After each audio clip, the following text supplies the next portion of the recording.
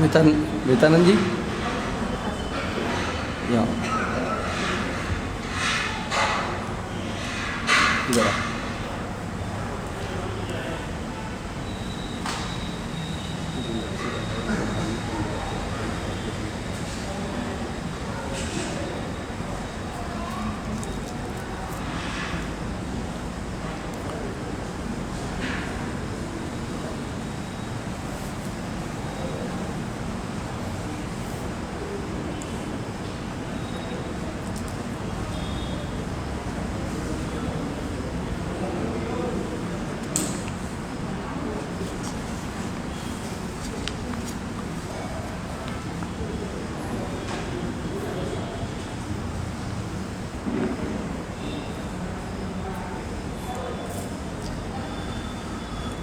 ओम नारायण नारायण नारायण नारायण ओम। ओम नमो ब्रह्मादिभ्यो ब्रह्म विद्या संप्रदाय कर्तृभ्यो वर्णस्य ऋषिभ्यो महद्भ्यो नमो गुरुभ्यः। शंकरं शंकराचार्यं केशवं बादरायणं सूत्रभाष्यकृतौ वन्दे भगवन्तौ पुनः पुनः।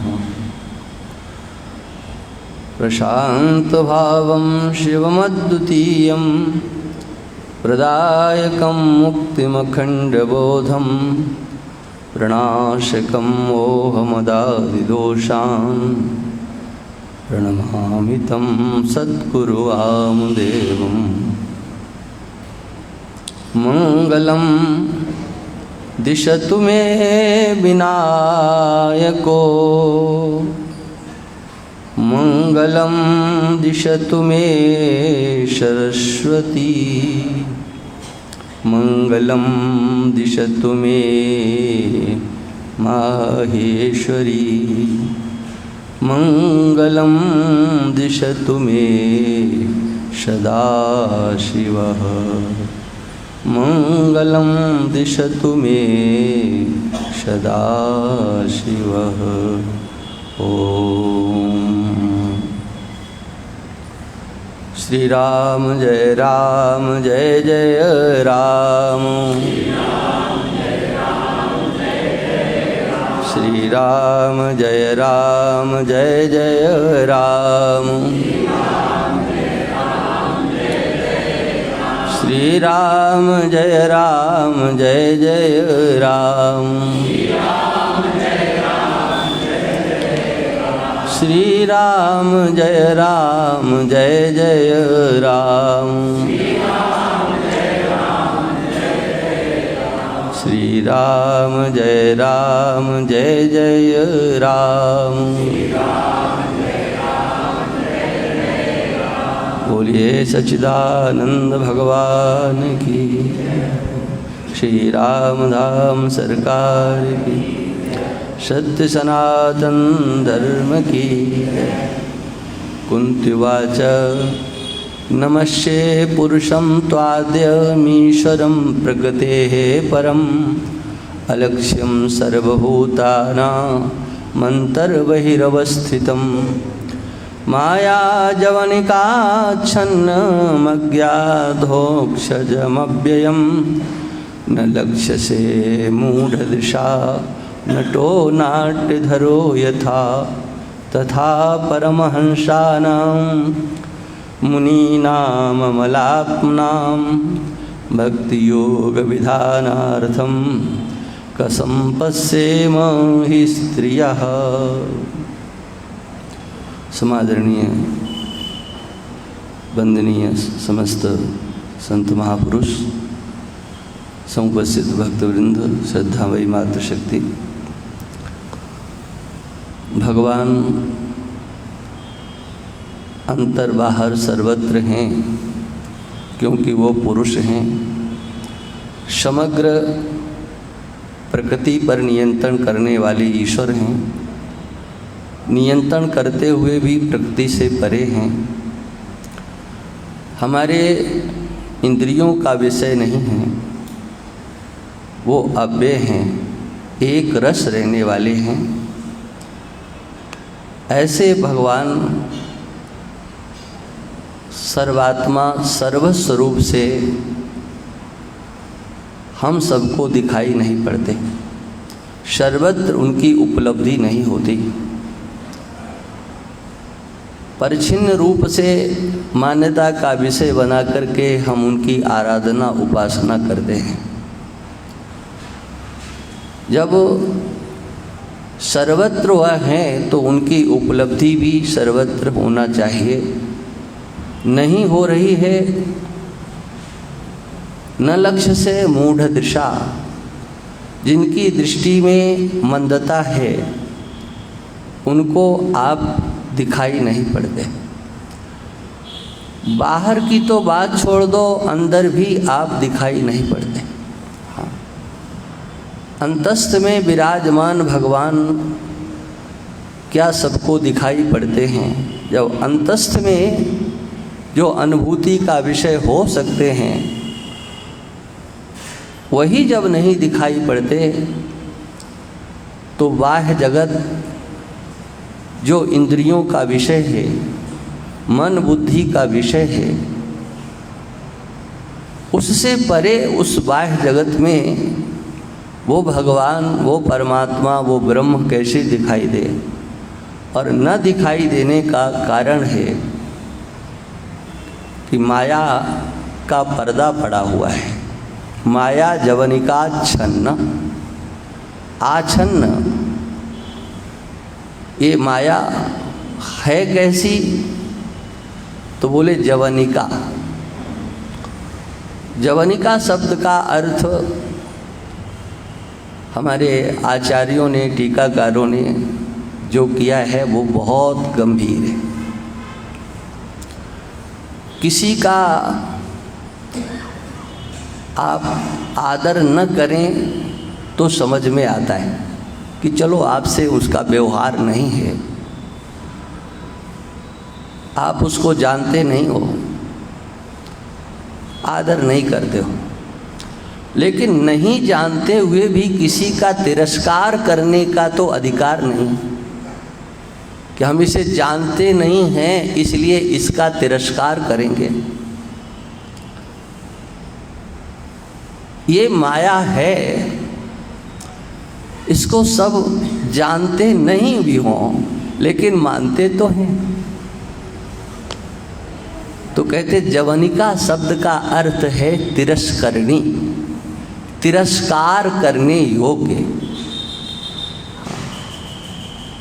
कभी भी जिसका सत्कार नहीं करना बल्कि तिरस्कार करना, अनादर करना, अंतस्थ में कोई उसे भाव नहीं देना, कोई उसकी कीमत नहीं समझना,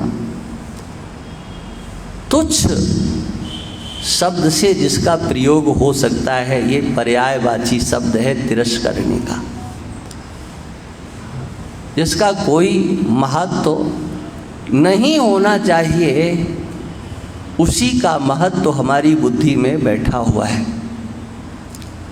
ये माया प्रत्यक्ष रीति से हमारे आपके प्रत्यक्ष नहीं है लेकिन कार्य के रूप में वो दिखाई पड़ती। कार्यानुमेया, जो विवेक चूड़ामणि में कहा कार्यानुमेया, ये कार्य से जाना जाता है। माया का कार्य है। कितना माया का कार्य है?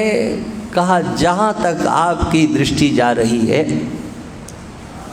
कल जिसकी चर्चा हुई थी, यदिदम मनसा वाचा चक्षुर्भ्याम श्रवणादिवि नश्वरम गृह्यमाणम च विद्धि माया मनोमयम।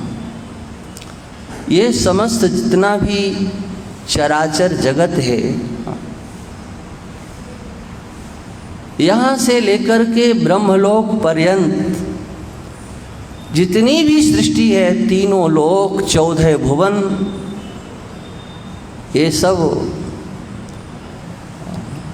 माया का कार्य है। लव निवेश महा भुवन निकाया रचई जास अनुशासन माया।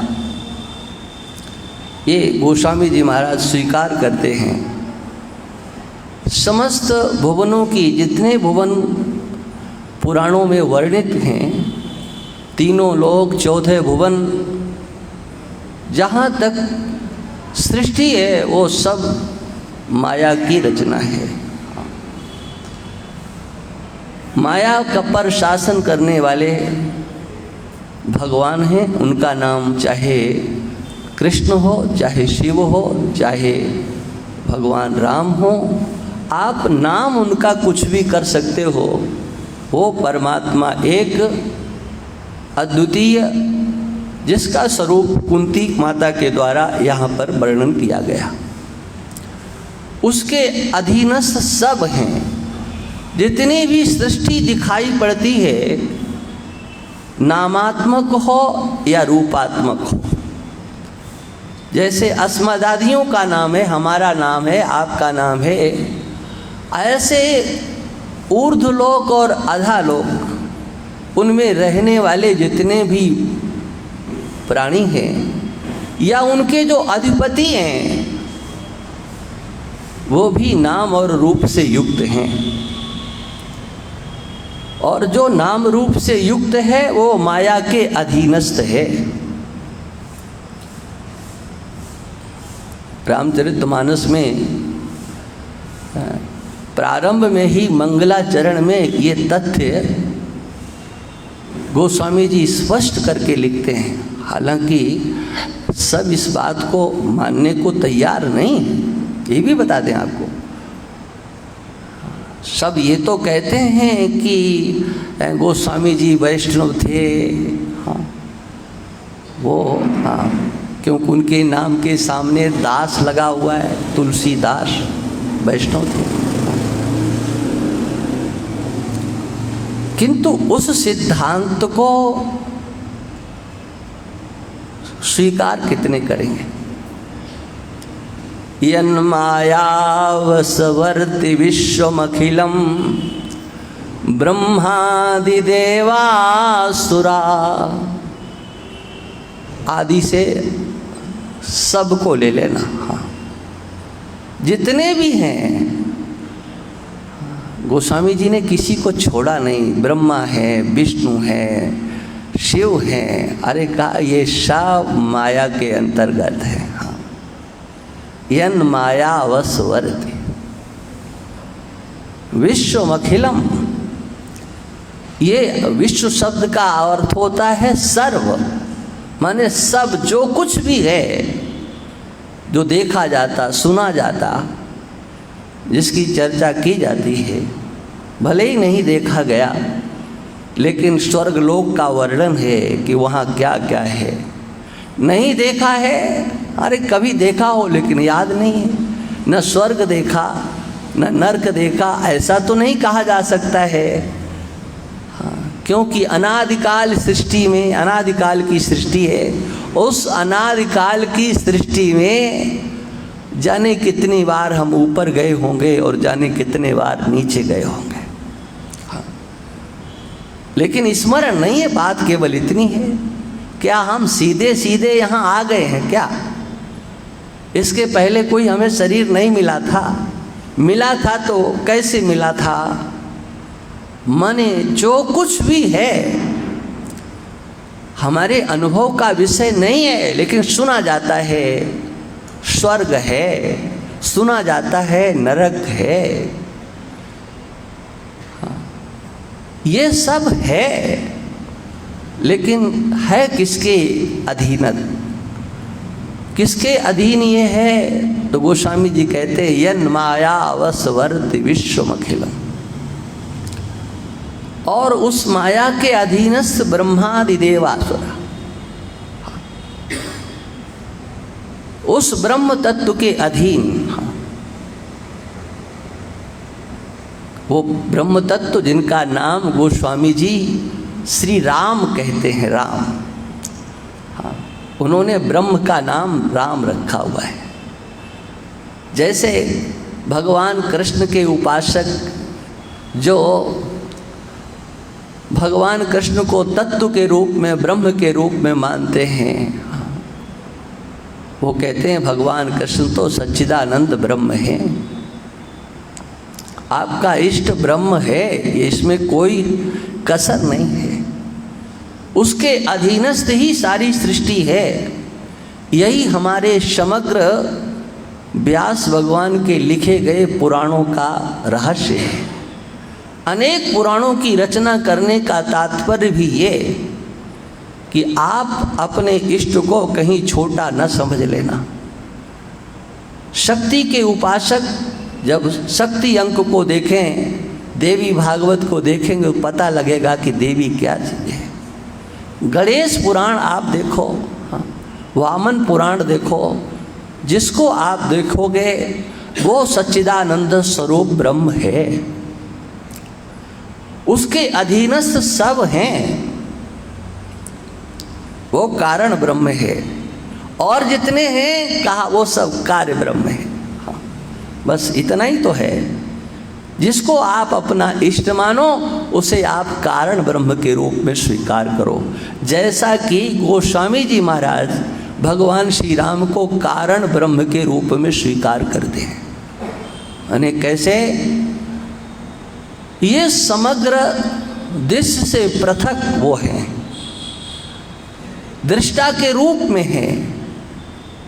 जग उपेखन तुम देखन हारे, विधि हरि शंभु नचावन हारे।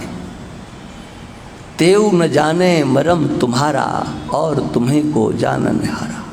ब्रह्मा विष्णु शिव को भी अपने इशारे से नचाने वाले। ये समग्र सृष्टि माया से है, तो है कैसी? बोले कि है तो असत, मिथ्या है, तुच्छ है। किंतु असत होते हुए भी, मिथ्या होते हुए भी, जड़ होते हुए भी ये सत्य जैसी प्रतीत होती है। यस सत्वाद मृषैव भाति सकलम, यस सत्वाद अमृषा इव भाति। कैसे? तो वेदांतियों का मुख्य दृष्टांत ला के रख दिया, रज्जौ यथा हेर भ्रमा। जैसे रस्सी में सर्प की भ्रांति हो जाती है, रस्सी में सर्प नहीं है लेकिन प्रतीत होता है, भय लगता है, दूर भागते हैं। लेकिन रस्सी का ज्ञान हो जाने पर फिर सर्प नाम की चीज रहती नहीं है। उस ब्रह्म की सत्ता से माया के द्वारा रचा गया जितना भी कार्य, यद्यपि माया भी स्वयं में तुच्छ है, असत है, लेकिन उसकी रचना सत्य की तरह से प्रतीत होती है। ये माया की बलिहारी नहीं है, बलिहारी तो उस ब्रह्म तत्व की है। जासु सत्यता ते जड़ माया, भास सत्य इव मोह सहाया। ये दृश्यमान जगत हमें सच्चा लगता है, हाँ, किसके कारण? बोले उसमें मदद करता है हमारा मोह। हमारे अंदर जो मोह है, उस मोह का ही नाम आप भ्रांति कह लो, उसी को अज्ञान कह लो, उसी को विभ्रम कह लो, उसी को अध्यास कह लो, कोई भी नाम आप रख लीजिए। रस्सी का ज्ञान होने पर सर्प को भगाने के लिए आप क्या यत्न करते हो? कोई यत्न नहीं करना पड़ता है, सर्प चला जाता है। कहाँ चला जाता है? था ही नहीं, जाएगा कहाँ? जब होता तो जाता। आप स्वप्न देखते हो, अभी कल परसों में स्वप्न की चर्चा हुई थी। स्वप्न देखते हो, लेकिन जागने के बाद वो जाता कहाँ है? कुछ बचता है? हाँ, ये आपकी बनाई मन की सृष्टि। ये कितने कितने बड़े महल बना लिए, वो बम्बई कलकत्ता जैसी सिटी, हाँ, बड़े बड़े शहर, नदियाँ, पर्वत, अरे कुछ चूरन चारू तो बचना चाहिए ना। जगने पर कुछ तो शेष हो। हाँ, कुछ शेष बचता ही नहीं है। लेकिन देखते हो तो बताओ, उस समय झूठा लगता है कि सच्चा? हाँ, उस समय, हाँ, उस समय तो सच्चा ही लगता है। हाँ, उस समय जितना व्यवहार है सब सच्चा लगता है। अब कोई वहाँ सपने में उपदेशक पहुँच जाए और कहे कि ये झूठा है, झूठा है, झूठा है, तो क्या मानोगे? नहीं मानोगे। हाँ, जैसे आज नहीं मान रहे हो। हम कहें कि झूठा है, झूठा है, झूठा है, हाँ, नहीं मानोगे। उपदेशक की उस समय नहीं मानोगे, लेकिन नींद टूट जाए तो फिर उपदेशक कहे सच्चा है तो है, तब मानोगे। उस समय वो कह रहा था, हाँ, उस समय आपकी समझ में नहीं आने। ऐसी स्थिति संसार की है। हाँ, जासु सत्यता ते जड़ माया, भाष सत्य एवं। हाँ, है नहीं, लेकिन सत्य जैसा प्रतीत होता है। अज्ञान के कारण मोह सहाया। रस्सी का ज्ञान होने पर सर्प नहीं टूटता है। निद्रा टूट जाने पर सर्प नहीं रहता है। ऐसे ही गोस्वामी जी कहते हैं कि ये संसार तुम्हें सच्चा प्रतीत कब तक हो रहा है? ये संसार तुम्हें कब तक दिख रहा है? जब तक तुमने हमारे राम जी को जाना नहीं है। जिस दिन आप हमारे राम जी को जान लोगे, उस दिन ध्यान रखना बहुत बड़ा नुकसान हो सकता है। जिस दिन जान लिया, क्या हो सकता है? बोले ये जो तुमने पाला पोसा बढ़ाया है ना, ये संसार फिर देखने को नहीं मिलेगा। इसलिए समझदार लोग कहते हैं कि नहीं, हम तो मान के ही काम चलाएंगे महाराज, जानेंगे नहीं। हाँ, क्यों गोस्वामी जी कहते हैं, जे ही जाने जग जाई हिराई,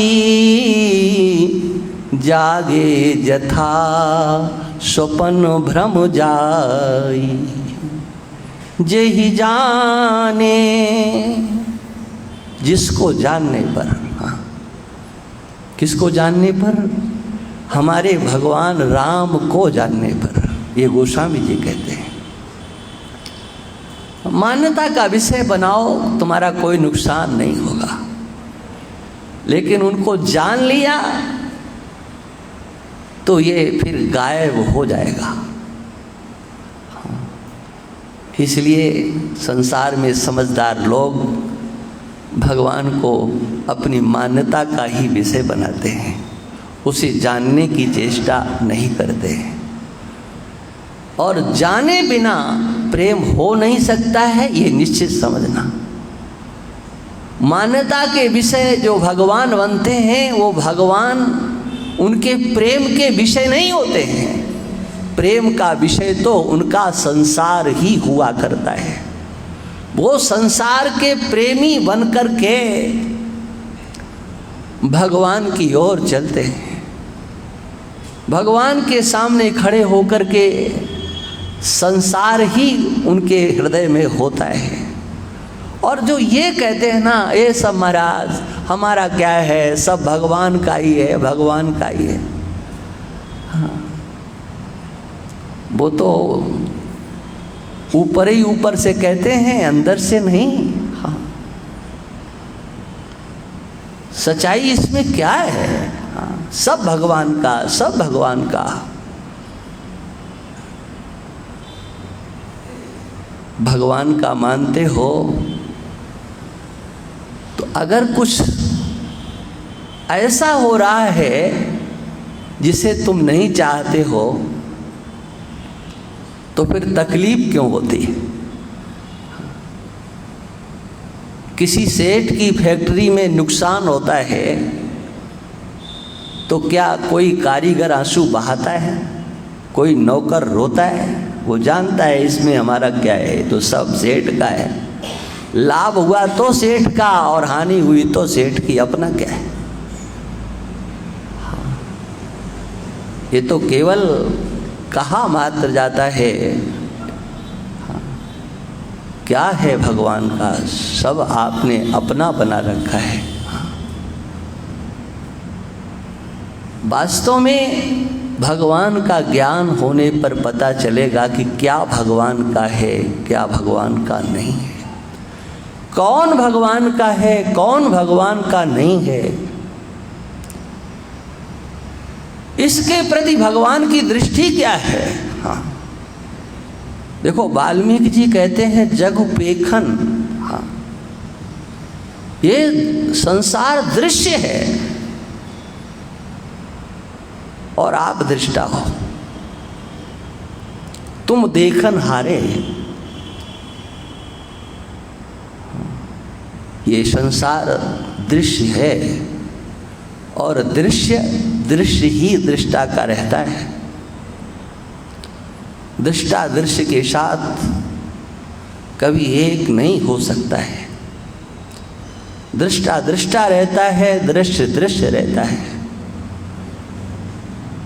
यही तो जीव का जीवत्व है कि दृश्य में जो इदम करके भाषित होता है, दृश्य है, उसमें ममत्व होता है। ममत्व के बाद उसमें अहम होता है, उसके साथ फिर तादात्म्य संबंध होता है। लेकिन भगवान हमारे ऐसे नहीं हैं। भगवान तो एक दृष्टि से सबको देखते हैं, एक जैसी दृष्टि से। और भगवान की वो दृष्टि, भगवान का वो स्वरूप यदि ज्ञात हो जाता है तो इस माया से पार हुआ जा सकता है। भगवत शरणागति का उद्देश्य भी यही होना चाहिए। हम भगवान की शरण जा रहे हैं या जो गए हुए हैं, उन्होंने अपना उद्देश्य क्या बनाया है? ये बात सबको अपने हृदय में पूछना चाहिए, मन से पूछना चाहिए कि हम भगवान के पास आए हैं तो क्यों आए हैं, हम क्या चाहते हैं। संसार की वासना है, कामना है, इसको लेकर के आने वाले भी धन्यवाद के पात्र हैं। हाँ, वो कम से कम भगवान के पास तक तो आ रहे हैं। समस्याओं के आने पर भगवान के सामने पहुंचना, वो भी धन्यवाद के पात्र हैं। हर कोई भगवान की ओर चलता ही नहीं है, इसलिए वो भी धन्यवाद के पात्र हैं जो किसी कारण से चलते हैं, किंतु इससे कल्याण नहीं हो सकता है। भगवान की कृपा से हमें कल्याण की प्राप्ति करना है, हमें जन्म मृत्यु के प्रवाह से छूटना है। इस नाम रूपात्मक जगत ये जो हमारे समक्ष है, जिसमें हमारी कहीं ममता है और कहीं अहंता है, इस माया से पार जाना है।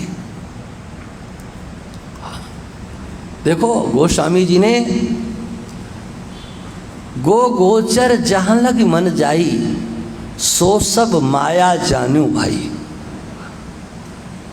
इंद्रियों का जितना भी विषय है, मन का विषय, बुद्धि का विषय, इंद्रियों का विषय, तुम देख रहे हो, सुन रहे हो, वो सब माया है। माया माया माया। उस माया से आच्छादित हो गए हैं भगवान। एक तो ये माया का स्वरूप, समग्र सृष्टि ये माया में है। लेकिन एक माया और, मैं अरुमोर तोरते माया, जेहि बस कीन्हे जीव निकाया। अंतर क्या हुआ भाई? पहले माया का वर्णन किया और इस माया के वर्णन में अंतर क्या है? अंतर ये है, जो पहले माया का वर्णन किया उसमें कहीं बंधन नहीं है, वो भगवान के माया की रचना। जहाँ तक देख रहे सुन रहे वो सब माया का कार्य है। लेकिन उस माया के कार्य में कल जिसकी हमने चर्चा थोड़ी सी की थी, आप सबके स्मरण में वो बात जरूर आ गई होगी। दो प्रकार की सृष्टि स्वीकार की जाती है। पंचदशीकार विद्यारण्य स्वामी दो प्रकार की सृष्टि मानते हैं। बल्लवाचार्य जी महाराज भी दो प्रकार की सृष्टि मानते हैं। एक सज्जन पुष्टि मार्गी थे, तो उन्होंने कहा कि हमारे महाप्रभु जी दो प्रकार की सृष्टि मानते हैं। मैंने कहा कि भाई ये बात तो बहुत पुरानी हो गई है। ये दो प्रकार की सृष्टि विद्यारण्य स्वामी पंचदशी में लिख चुके हैं। एक ईश्वर की माया की सृष्टि है और एक जीव की सृष्टि है। जहाँ तक दृष्टि जाती है वो सृष्टि माया सृष्टि है। लेकिन उस सृष्टि में जो इदम करके भाषित हो रही है, उसमें अपने आप को कहीं अलग से देखने लगना, ये हमारा अपना है, ये हमारा मेरा है, ये एक सृष्टि। और इसी को गोस्वामी जी बंधन का कारण कह रहे हैं। मैं और मेरा, तू और तेरा, इसी में तो हम बंधे हुए हैं। जेहि बस कीने जीव निकाया। जीव प्राण धारणे, जहां पर प्राण शक्ति कार्य कर रही है, वहां पर ये दृश्य देखना स्वाभाविक रीति से देखा जा सकता है। जिनका कोई बाह्य ज्ञान नहीं है, लेकिन फिर भी जहां है वो अपनी अस्मिता से अपने को बांध देते हैं। इस हड्डी मांस के पुतले में जैसे हमारी अपनी अस्मिता बैठ जाती है, हम बैठाल देते हैं, ऐसे ही उन्हें जो शरीर मिला है, पशुओं को देखो, पक्षियों को देखो, क्या कोई चिड़िया अपने बच्चे को छोड़ करके दूसरे को दाना पानी देती है? नहीं देती है। हाँ, गौ माता है, हाँ, लेकिन वो गौ माता अपने बछड़े को ही दूध पिलाएगी, दूसरे के बछड़े को नहीं।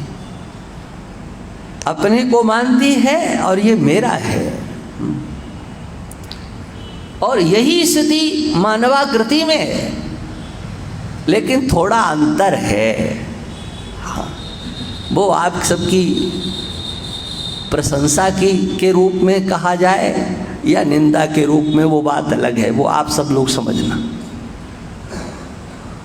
अन्य समस्त जीवों की जो अहंता और ममता होती है, उसमें अहंता तो उनकी जब तक उस शरीर का प्रारब्ध है तब तक तो रहते हैं, लेकिन उनकी ममता तो अपने आप हटती चली जाती है। पालन पोषण कर दिया, उसके बाद जिसका पालन पोषण किया न तो उसकी ममता रहती है, न जिसने किया उसकी ममता, चाहे वो पक्षी हो, चाहे वो पशु हो, जलचर हो, थलचर हो, नवचर हो। हाँ, उनकी ममता नहीं होती है, अहंता तो होती है। लेकिन मनुष्य की अहंता से भी बड़ी ममता होती है। जितना अहंता का विस्तार नहीं होता है, उससे बड़ा ममता का विस्तार होता है। हाँ, ये इसकी विशेषता है, ये समझदारी है कि ना समझी है, ये तो आप लोग स्वयं विचार करना। हाँ, ये मैं और मेरा, हाँ, तू और तेरा, ये माया है, मैं और मोर। हाँ, मैं में कभी माया का निवेश होता ही नहीं है। जो मैं शुद्ध है वो तो भगवान का स्वरूप है, उसमें माया की गति है ही नहीं। माया की पहुंच जैसे भगवान तक नहीं है, वैसे जीव तक भी नहीं है। जीव के स्वरूप को भी माया कुछ न घटा सकती है, न बढ़ा सकती है, न बना सकती है, कुछ नहीं कर सकती है। किंतु वही जीव जब माया की रचना में अपनी स्थिति देखने लगता है और उस स्थिति में इतना बंध जाता है कि उसको छोड़ने के लिए जितने भी साधन किए गए, कहे गए हैं शास्त्रों में, इस शारीरिक अहंता से छूटने के लिए ही कहे गए हैं। यह तुम नहीं हो, ये बताने के लिए ही। ये 3.5 हाथ का शरीर, छितजल पावक गगन शमीरा, पंच रचित यह अधम शरीरा, ये 5 तत्वों से रचा हुआ है, सबका एक जैसा है, माया की रचना है। हाँ, इसलिए भगवान कृष्ण ने उद्धव को उपदेश देते हुए कहा, विद्धि माया मनोमयम। ये रचना मायामय भी है और मनोमय भी है। हाँ, मनोमय क्या है? हाँ, मैं हूँ, ये शरीर मैं हूँ, या ये शरीर मेरा है। ये निर्धारण ही नहीं हो पाता है कि इसको मेरा कहा जाए कि इसको मैं कहा जाए। कभी इसको मेरा कहते हैं, कभी इसको मैं कहते हैं। और मेरे के संबंधियों में जो मेरापन जुड़ता है, वहाँ पर भी अहंता बैठ जाती है। जिसको आप मेरा कहते हो, हाँ, उस मेरे के नुकसान को आप अपना नुकसान समझते हो, क्योंकि उसमें आपकी अहंता बैठी हुई है। हाँ, जैसे शरीर में बुखार आने पर आप कहते हो कि मैं बीमार हूँ, बुखार शरीर में आया, हाँ, लेकिन बीमार आप अपने को कहते हो। किस लिए कहते हो? ये मनोमय, आपके मन के द्वारा ये शरीर बनाया गया है, ये मैं हूँ। हाँ, ये जो माया का कार्य है, इस माया के कार्य में आपकी अहंता बैठी हुई है, इसको हटाना ही तो कर्तव्य है। ये सबसे बड़ी माया है, ध्यान रखना। अन्यों से आप दूर चले जाओ। क्या लगता है संसार से दूर जाने में, क्या लगता है? हाँ, टिकट कटाओ, चाहे जहां पहुंच जाओ, जहां कोई न हो वहां चले जाओ। लेकिन जिसको लेकर के चल रहे हो उससे दूर जा रहे हो कि नहीं? हाँ, कितनी दूर पहुंचे हो किंतु वहीं हो, कहीं गए नहीं हो। इस शरीर में अहंता को पाल करके आपने क्या किया है? इस शरीर से अहंता आपने अपने स्वरूप को अहंता के द्वारा आच्छादित कर लिया है। आप फिर कुछ भी करो, एक नया अभिमान बढ़ा सकते हो, उसका आश्रय आपका ये शरीर ही होगा। दुनिया से दूर जा रहे हो, अपने आप से, इस शरीर से दूर कब जाओगे? इस शरीर में जो अहंता है कि यह मैं हूं, ध्यान रखना, ये संसार सागर से आपको पार नहीं जाने देगी। ये अहंता ही सबसे बड़ा बंधन है। भगवान की शरण में जाने का उद्देश्य होना चाहिए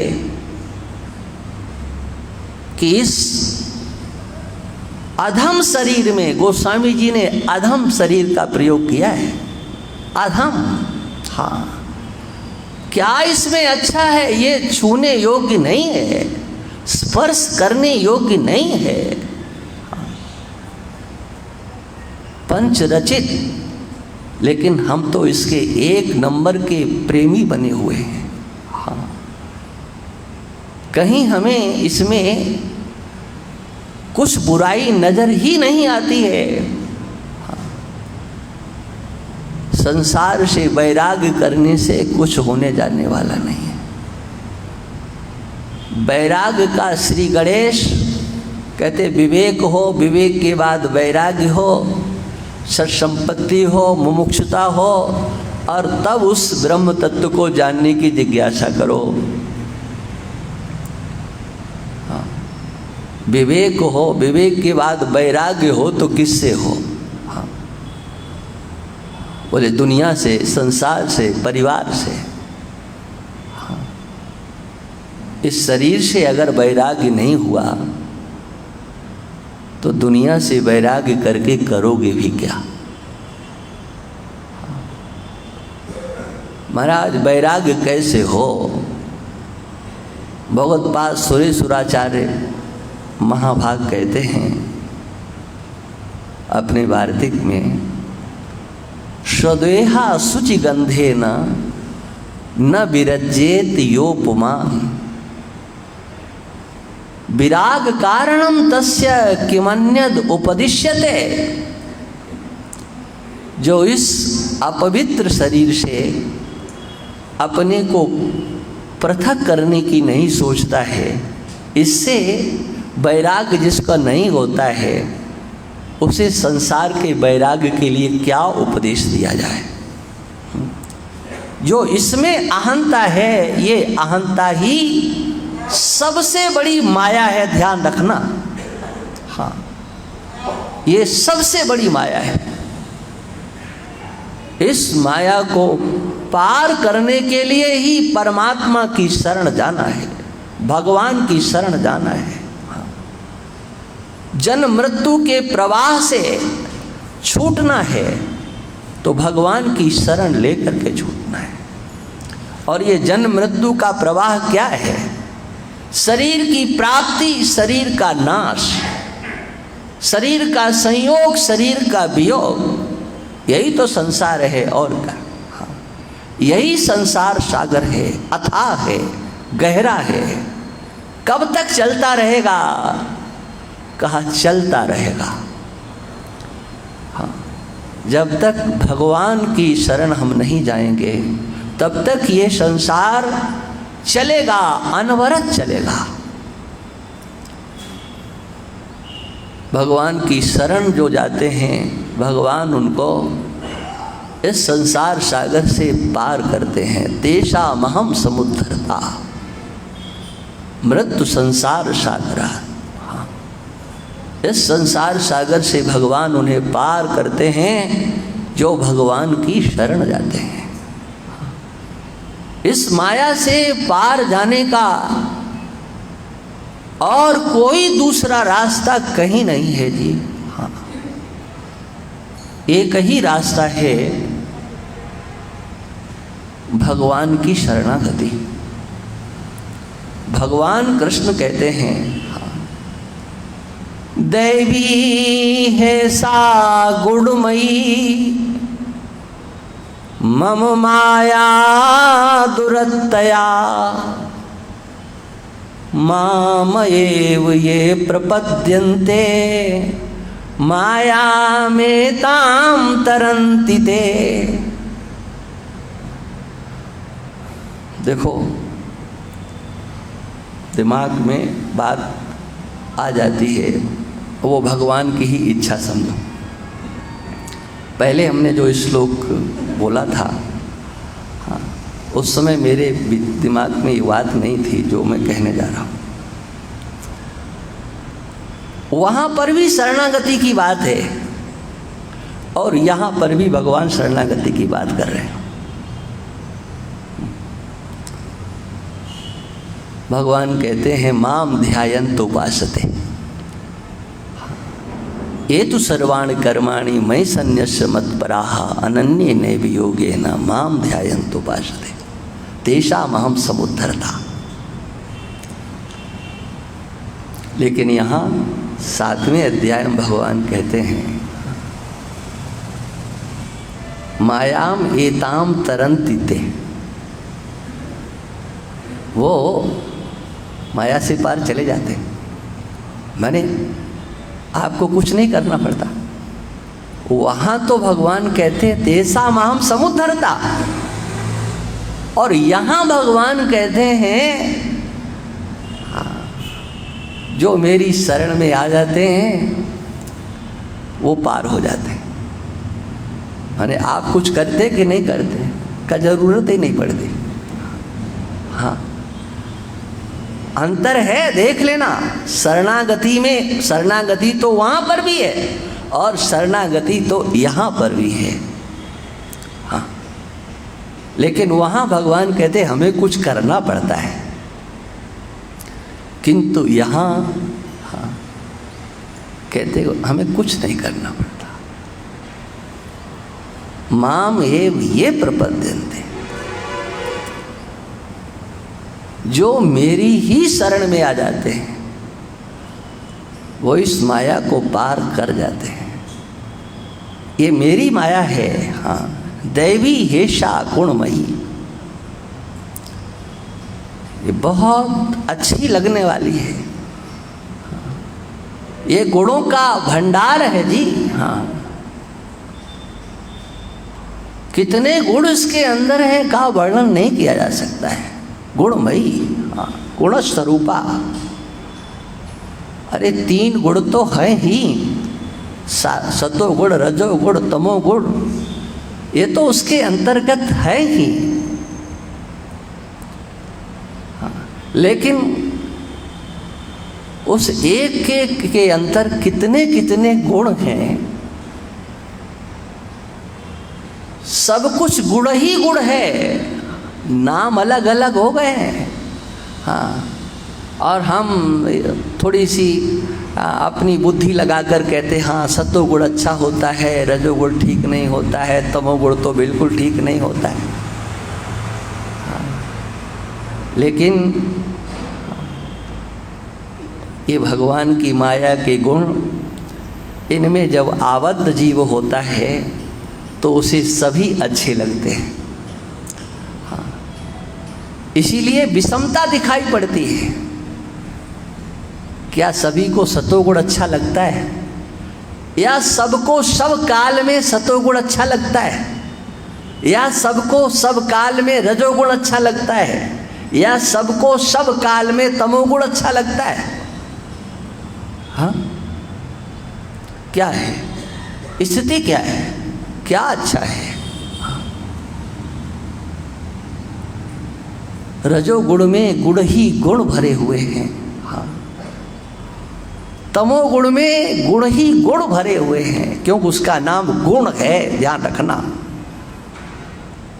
जैसे सतोगुण वैसे रजोगुण वैसे तमोगुण। हाँ, और गुणी आदमी आपको अच्छा लगता है? हाँ, गुणी अच्छा लगता है, गुणवान अच्छा लगता है।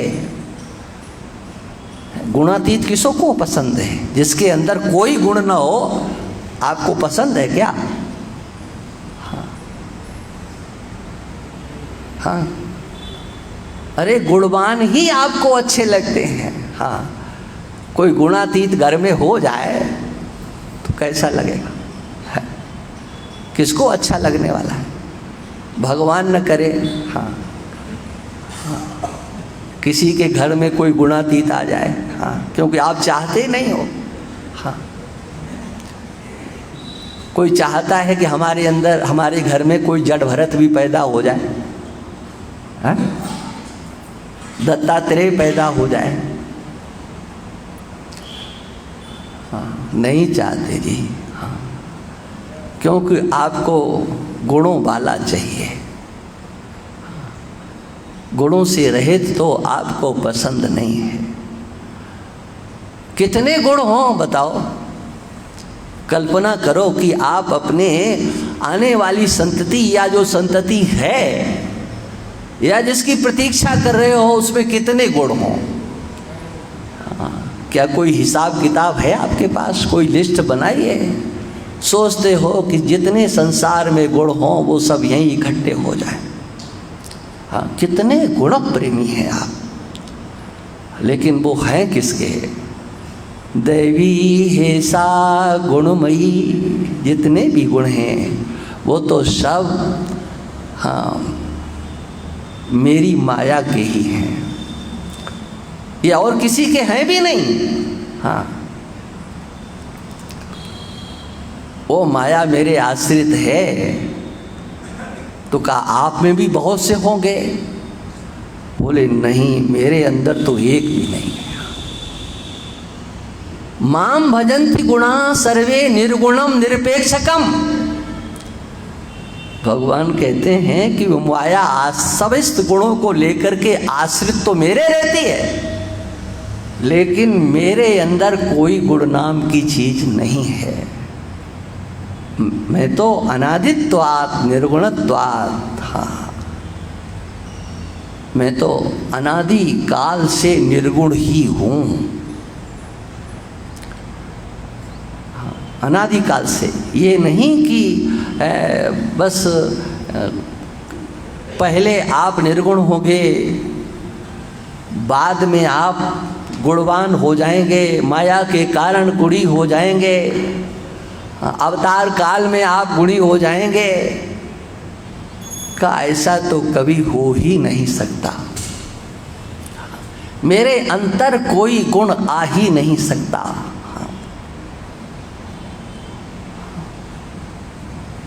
और इसीलिए जिस मुझ में कोई गुण नहीं है, ध्यान रखना, हाँ, उस निर्गुण की जो शरण लेता है वो इस गुणमयी माया से पार चला जाता है।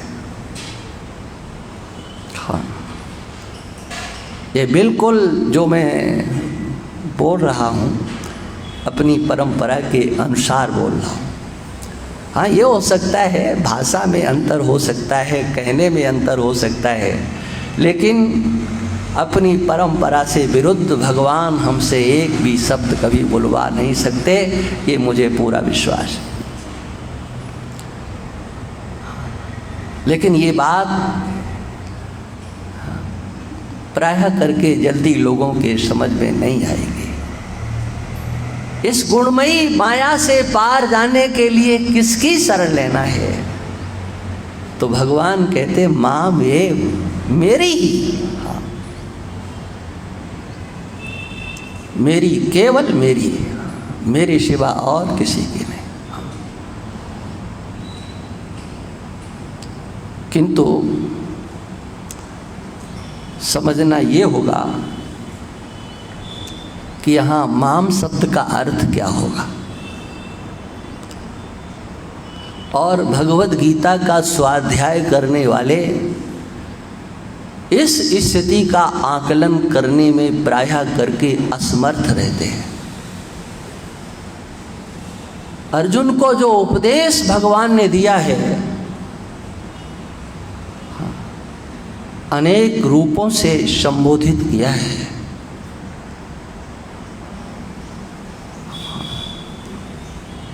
कहीं कहीं भगवान निर्गुण निराकार निर्विशेष स्वरूप का प्रतिपादन करते हैं, कहीं भगवान सगुण निराकार स्वरूप से उपदेश करते हैं, कहीं भगवान विश्व रूप से अर्जुन को उपदेश करते हैं, और कहीं भगवान अर्जुन के सखा बनकर के वसुदेव नंदन बनकर के उपदेश करते हैं। इस स्थिति को जो नहीं समझ पाते हैं उनके पास एक ही बाट होता है, कहते सावधान 22 पसेरी, एक ही बाट होता है। ऐसा नहीं है। भगवान की उस भगवत्ता का चिंतन करो, हाँ,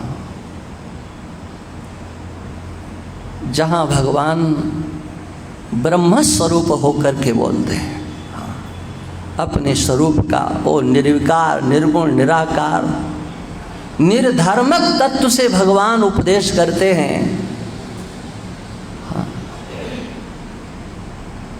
समोहम सर्वभूतेषु